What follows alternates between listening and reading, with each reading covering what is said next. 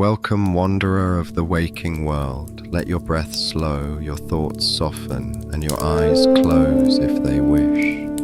Tonight, we journey not through cities nor seas, but through the mists that cling to the tallest peaks, where clouds become paths and legends sleep in silence. This is the story of the cloud walkers, of trials whispered only in temple wind chimes, of mountains veiled in fog older than memory, of breath and balance and belief. You are invited to walk with them, gently, step by step, through the high trails of ancient skies. Let the first breath carry us into legend. Imagine, if you will, a valley folded between mist-clad ridges where the days unfold like pages of a scroll and the nights hum with the breath of crickets and distant wind bells. In this quiet cradle of the earth, nestled among tiered rice paddies and sleeping bamboo groves, lay the village of Linshen, a place so old that even its shadows whispered stories.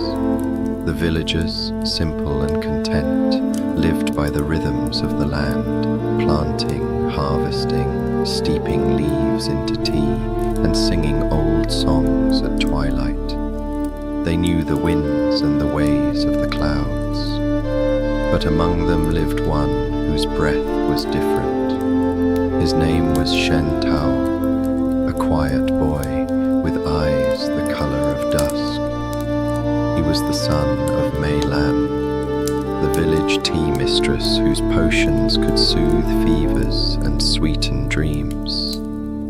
Shen Tao was not like the other children who raced through fields and shouted beneath the trees.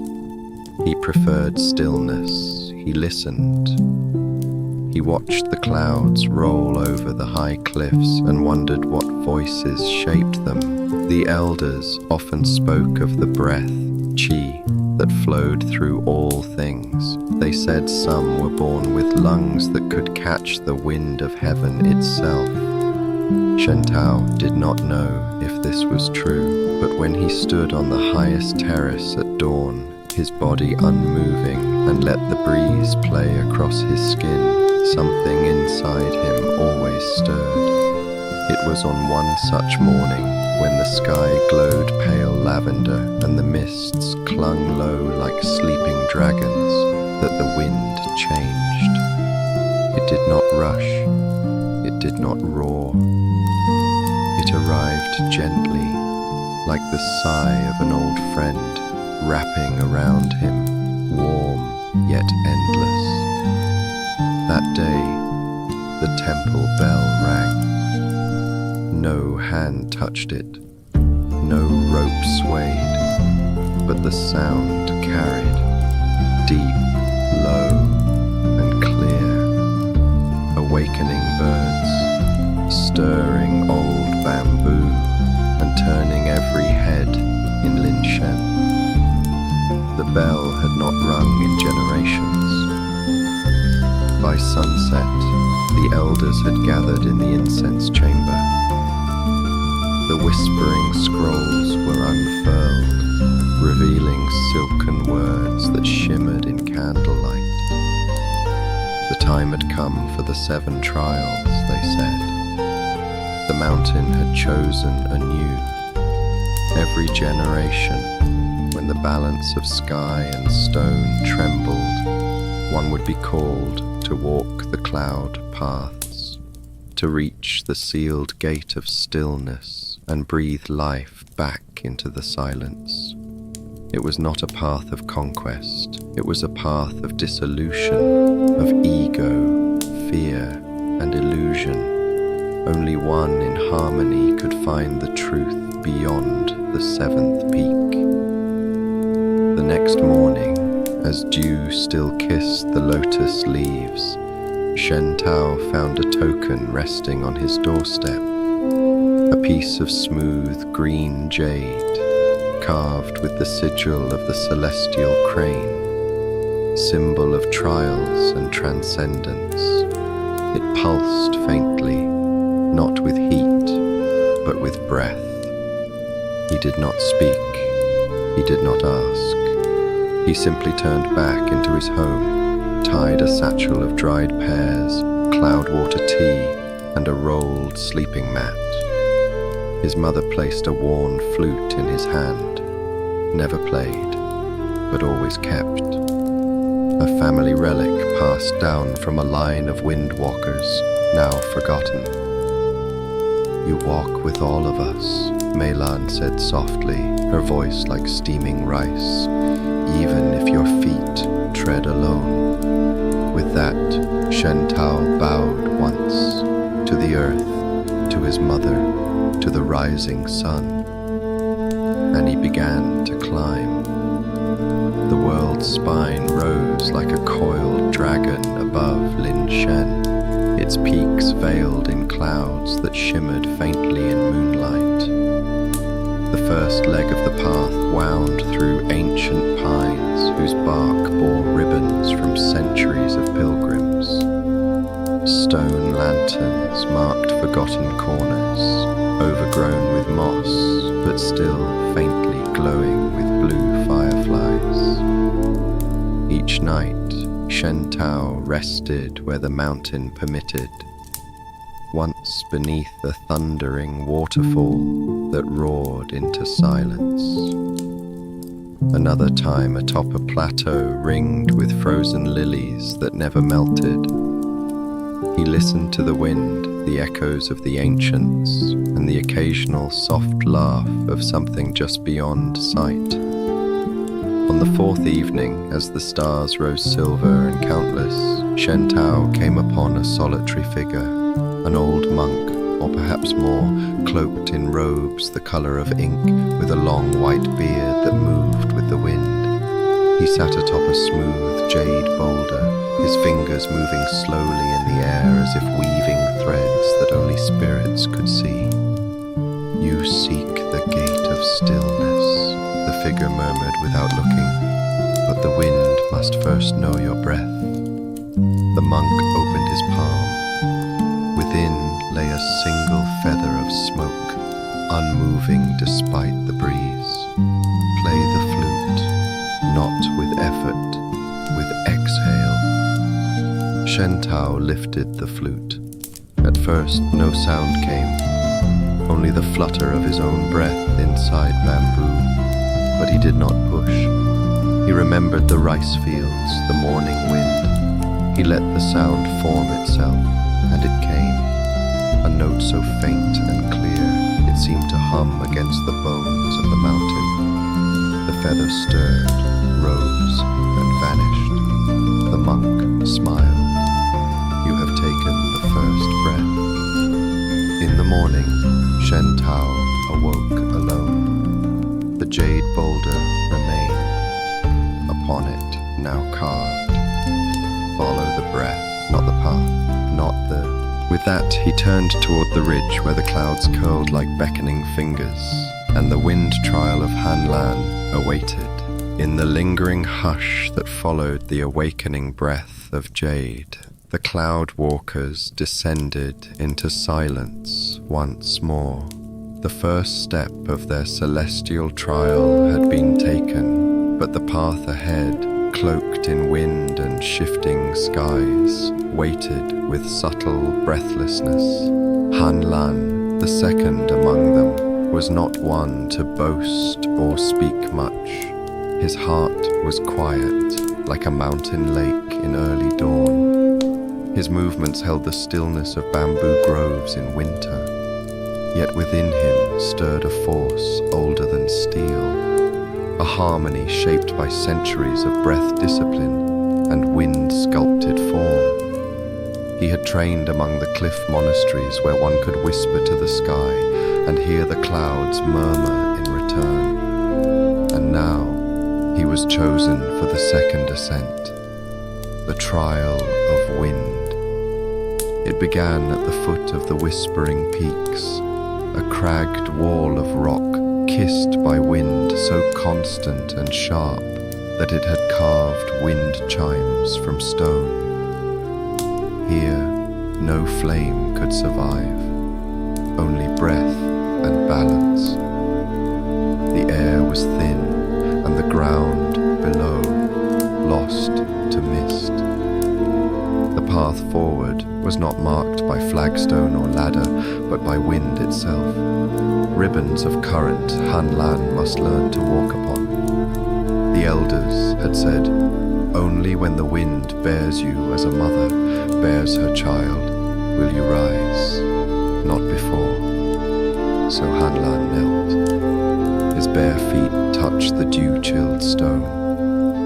He closed his eyes, and he began to breathe, not to control the wind, but to listen to it. At first, there was only the rush of gale. Then, layers revealed themselves. A breeze from the north that carried the scent of pine needles. A spiral draft from below, warm and erratic. A cold current from the west, hollow as a flute. Each sound and texture a message. Han Lan stood. He stepped onto the first current. His foot hovered, held by invisible force, and did not fall. The path was neither straight nor still. It meandered like a dream, shifting with his breath and posture. Sometimes the gusts surged too fast, and he had to roll into a stance known as crane on reed, balancing on one leg with arms spread, barely tethered. Other times, the winds stilled suddenly, and he would feel the gravity beneath lurch upward, as if trying to pull him back to the earth. In those moments, he would whisper an incantation, "O spirit of the skies, let me be your leaf, not your stone." High above, clouds churned like dragons in sleep. Birds dared not fly here. Below, the mountain range spread like a painting, half concealed by fog. Hours passed, maybe days. The sun was lost beyond veils of mist. The moon appeared, then faded. Time followed wind here, not clocks. At last he reached the sky window, a hollowed arch between two floating spires where wind became a howl of memory. Here the trial deepened. The spirit of wind itself appeared, not as a creature, but a presence. The temperature dropped. The very breath in Han Lan's lungs trembled. A voice, like air pushed through reeds, asked, "Why do you seek the mountain's summit, child of dust?" Han Lan bowed low, not for power, but for balance. Not to master wind, but to understand its silence. The wind rose violently, tossing his robes into a frenzy. He knelt again, letting it move around him, not through him. "To command wind, you must forget your weight," the spirit intoned. And then, a sudden blast tore away the path behind him. His knees scraped sky as he began to fall. But he did not panic. Instead, Han Lan exhaled slowly and flattened his posture. His breath found rhythm with the storm, and the wind, recognizing his surrender, lifted him gently. He floated, not as a man, but as a note in a bamboo flute. When he touched down on the stone platform at the edge of the second peak, the spirit had vanished. Only a single feather rested where the wind had last spoken. He picked it up. A jade green feather, soft as mist, cool as the breath of early spring. Han Lan smiled. The second trial was complete. Above the third cloud crest, where the wind softened and the color of the sky deepened into twilight lavender, Han Lan found himself at the threshold of the third trial, the mirror of the crane spirit. The air grew quiet here, hushed in reverence. Even the bamboo stalks lining the edge of the precipice stood still, as though awaiting a breath that had not yet come. The path narrowed to a ledge, carved naturally into the side of the peak, where dew shimmered along ancient runes. Each step Hanlan took echoed softly into the void, not with sound, but with memory. In this trial, he would not wrestle with the elements, nor test his endurance against winds. Here, he would look inward and see what was waiting to be seen. At the end of the ledge stood a structure that appeared impossibly delicate, yet radiated timeless resilience. A shrine of white marble and woven silver wood, crowned by a circular aperture open to the sky. Suspended in its heart, a pool no larger than a sleeping mat, cradled within the wings of a sculpted crane, cast in jade. The mirror did not reflect form, it reflected truth. Hanlan removed his sandals and stepped onto the stone. The moment his skin touched the floor, he felt his weight shift inward, as though his own thoughts became air and his breath heavier than his bones. The spirit of the crane, the keeper of the mirror, emerged not with fanfare, but with grace. From behind a drifting veil of cloud stepped a figure dressed in mist-white robes. Their features were neither old nor young, neither man nor woman. Their eyes glowed with the pale gold of dawn. Hanlan of the northern winds, the spirit said, voice gentle as snow falling on pine. You have come to see not who you are, but why you are. Hanlan bowed deeply. I seek only to fulfill the path. The spirit inclined their head. Then show the mirror your shadow. He approached the still pool and looked in. At first, he saw only his reflection, travel-worn, serene, the markings of his clan etched across his cheekbones. But then, slowly, the image shifted, as if the mirror dissolved into dream. He saw a boy, younger, laughing, balancing on the shoulders of his elder brother as they played among the cloud trees. He saw that same boy kneeling beside a dying crane with a broken wing, weeping as its breath fluttered out like a candle flame. He saw himself training alone through winter storms, bleeding through his palms, watched only by the silent mountains. Then he saw darker things. The time he turned away when another disciple was struck unfairly. The words he never said to his mother before she passed. The hunger for recognition he buried beneath discipline. Tears slipped silently down his cheeks. The mirror showed no judgment, only remembrance. And finally, the image cleared. In its depths now stood his own form, aged, peaceful, walking alone toward a distant gate surrounded by blossoms of wind. Hanlan exhaled. The spirit stepped forward, laying a feathered sleeve upon his shoulder. You have seen yourself without the armor of expectation. You may now carry truth as lightly as breath. The jade wings of the mirror folded, and the pool faded into polished stone. Hanlan bowed once more, not in victory, but in gratitude. As he stepped away, the spirit of the crane vanished into a trail of wind-silver plumage. The path behind him shimmered, the bamboo sighing as if in song. He continued upward, toward the next trial, where stillness becomes motion and truth is tested through martial grace. Beneath the dusk-stained skies of the fourth peak, where lantern trees glowed faintly like stars held in suspended breath, the floating garden drifted in the breathless cradle of the upper winds. There were no bridges to reach it.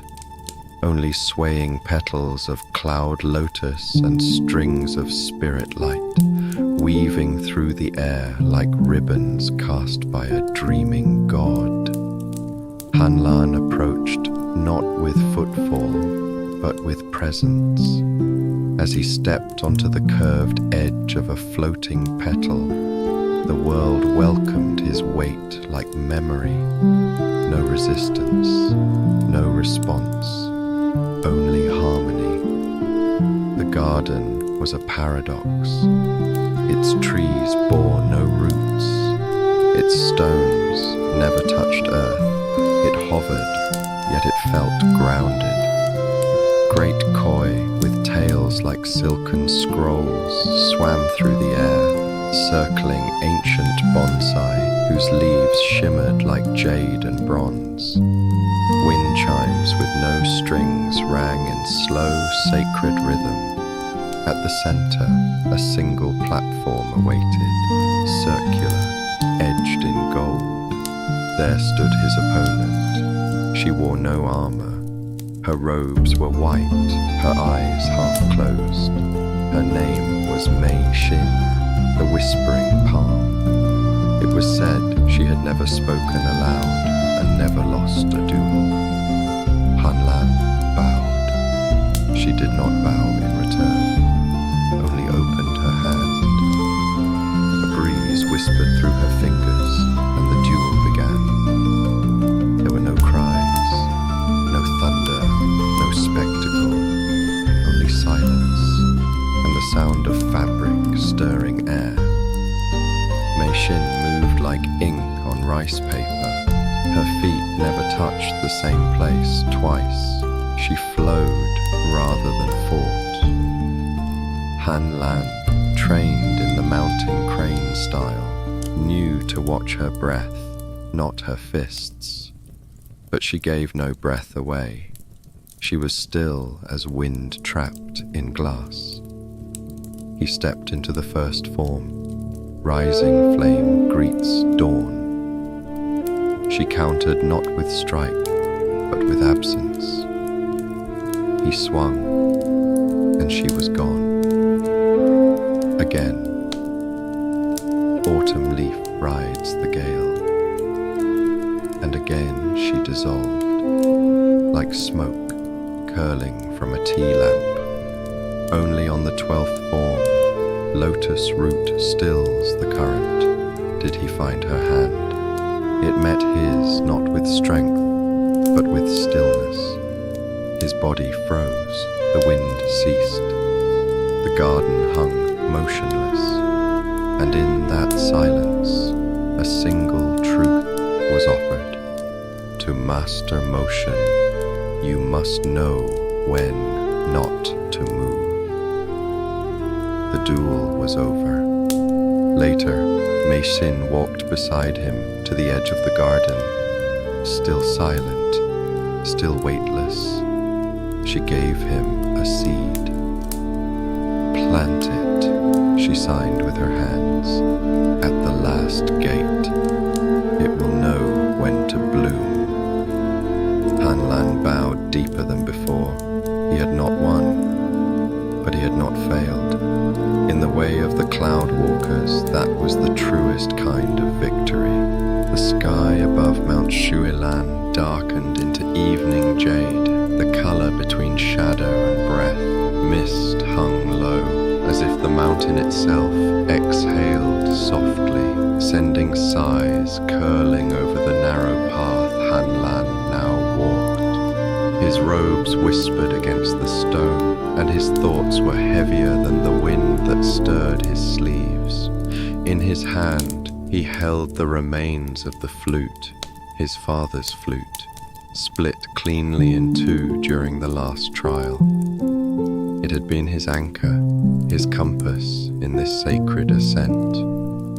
And now it was silent. No song, no spirit, no answer. The broken flute. Trial was not merely about music nor craftsmanship. It was about memory, about the sounds once heard and the voices now lost.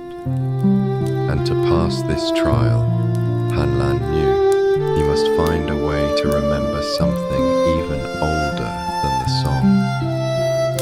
He came to a clearing where the wind was still.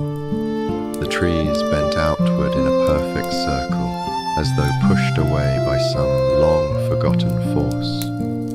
In the center stood a single stone altar, carved with the symbol of the listening sky.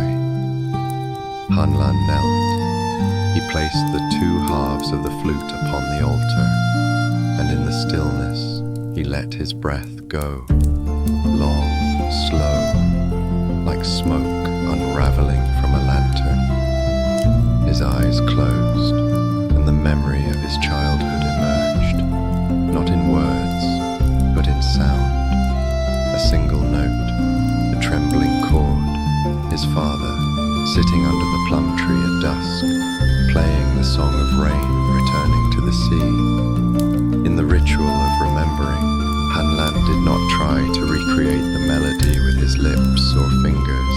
Instead, he listened, not with ears, but with the space between thoughts. And something answered. It was not the voice of his father, nor the voice of a god. It was his own voice, small, younger, from long ago, singing a song without words to a windless evening, a song of yearning, of loss, of longing. The wind stirred. Petals from unseen blossoms swirled in a gentle spiral. The altar glowed faintly beneath the broken flute, and then, in the air beside him, a shape formed, not a person, not a ghost, a voice made visible, a spirit of forgotten songs. It wore no face, but its form shimmered like calligraphy in motion. It reached for the flute, not to repair it, but to transform it. The pieces lifted into the air, surrounded by spirals of starlight and ink, and slowly fused. But the flute was no longer the same. It was glass and moonstone, reed and riverbone, and it sang without breath. The spirit returned the flute to Hanlan, its voice like wind across hollow bamboo. Your voice was never lost, only waiting to be heard.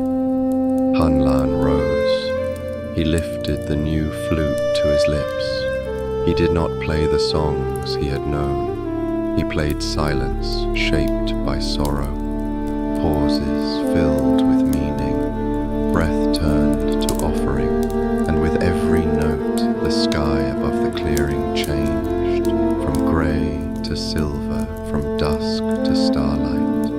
He had passed the trial, not by mastering sound, but by remembering what silence held. He bowed to the spirit. It dissolved like mist. The trees released their tension. The path ahead was now visible again, stone steps rising into the clouds. Beyond them, the sixth and final trial awaited, the gate of stillness. But Hanlan paused for a long moment, his flute held in both hands, and he whispered, "Thank you, Father." The wind, for the first time in days, replied with music. In the hush that followed the broken melody, a silence bloomed, not empty but profound, like the space between stars. The air held its breath, the mist stilled its curling motion, and the wind, once ceaseless in its whispering, faded into reverence. Hanlan, weary and hollowed by what had been lost, stood with the shattered flute in his hands. The fragments, though quiet, still pulsed faintly with warmth, as if the spirit within had not entirely departed. He gazed upward. Above the mountain terraces where he stood, the seventh and final peak loomed, Mount Jinwu, the summit of stillness. It was unlike the other summits of the Cloud Walkers. No temple crowned its heights, no flags fluttered in its breeze. There was only a smooth dome of white jade, veined with threads of gold, said to be as old as the sky itself. Here lay the gate of stillness, the final seal that imprisoned the slumbering sky god, Yuanshu, and the place where Hanlan would fulfill the ancient trial. But to approach it, one had to pass through the absence of all things. Not storm, not darkness, not pain, but quiet. A stillness that unraveled the soul. As the path narrowed, Hanlan passed beneath a crooked arch of wind-carved stone, marked with the final glyphs of the skywalkers. Only those who no longer cling shall pass. His breath slowed. Every step echoed across the ridgelines as though the world itself was listening. The first sound to disappear was the wind, then the rustle of his robes, then even his heartbeat. He walked into a space where sound ceased entirely, where thought unraveled, where the barrier between the self and the sky grew thin. In this place, Hanlan no longer knew if his eyes were open. The world had gone pale, white and infinite, like standing within the breath of a dragon. The stone beneath his feet dissolved. There was only floating, a weightless drift through memory and silence. Then came the vision. He saw his childhood, not as a story, but as sensation. The warmth of his mother's hands dipping into rice water, the laughter of his brother as they chased fireflies in summer, the cool breath of the mountain in early morning, carrying the scent of tea leaves and pine. He saw the elders of his temple, bowed with time, but still radiant in spirit. He saw their rituals, the circling of lanterns, the prayer fans whispering stories, the slow practice of motion and breath that shaped the sky.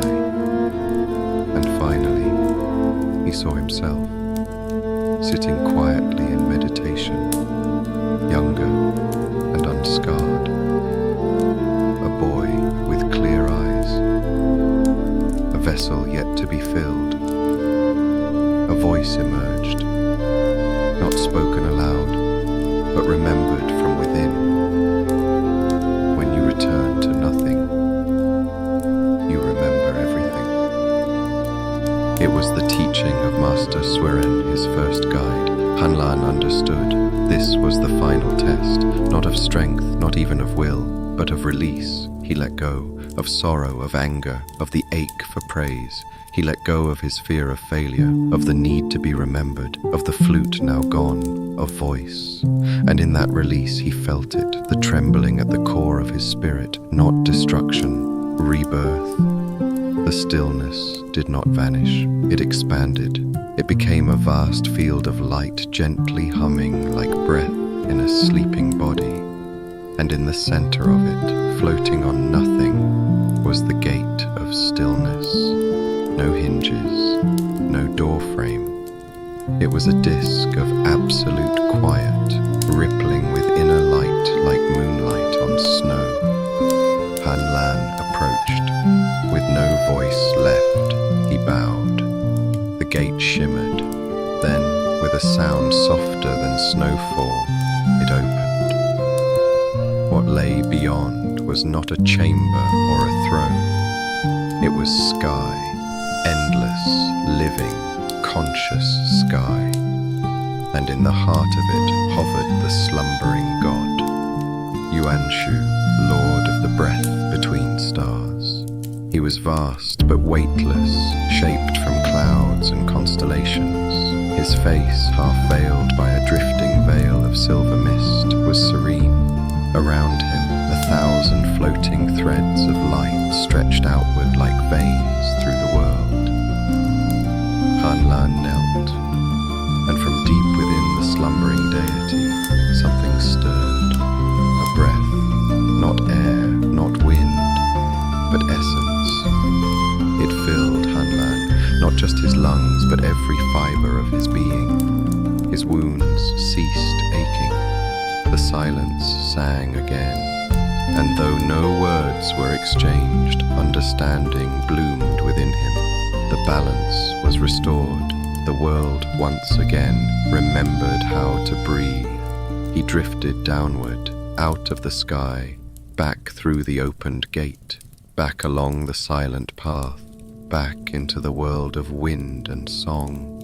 When he emerged from the stillness, the storm that had once racked the world had gone. The skies were open, the clouds danced like cranes, the rivers shimmered with new life. The flute he once held was no more, but from the hollows of the forest came new song, and Han Lan, now transformed, descended the mountain not as a warrior nor a bearer of burden, but as a walker of skies, one who had touched stillness and returned.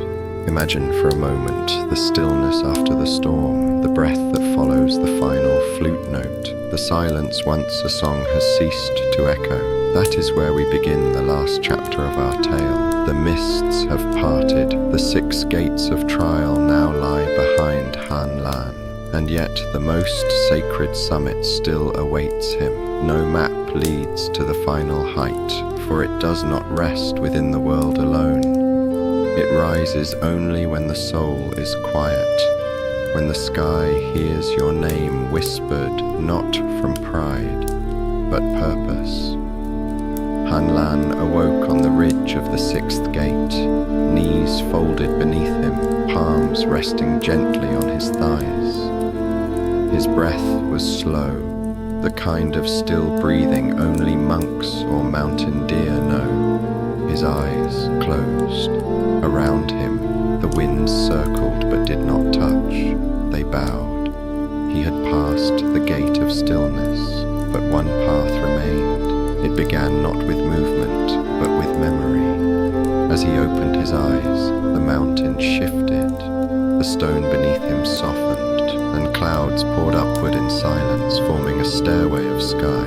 Each step pulsed with faint blue light, carved not by tools, but by prayer. He stood slowly, no longer the boy who had trembled beneath the crane spirit's mirror, no longer the wanderer whose flute faltered.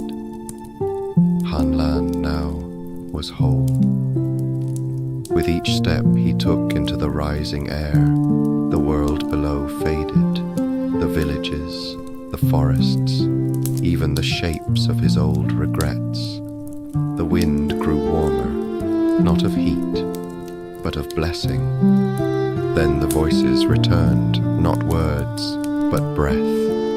The sky spirits, not gods, not ghosts, but memory made elemental, fragments of all who had walked this path before. They did not test him, they did not question, they watched, and with each step they remembered him. At last, Han Lan reached the highest stone, a plateau encircled by 7 jade columns, each inscribed with a single character, glowing faintly in the coming dawn.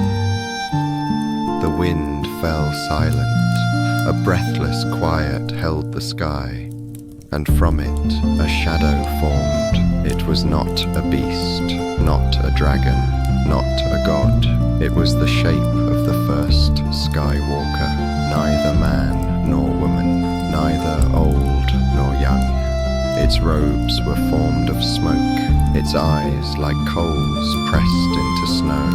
It stepped from cloud to cloud without weight, then stood opposite Han Lan. "You have walked the path of silence," it said. "Have you learned to speak?" Han Lan bowed, his voice low.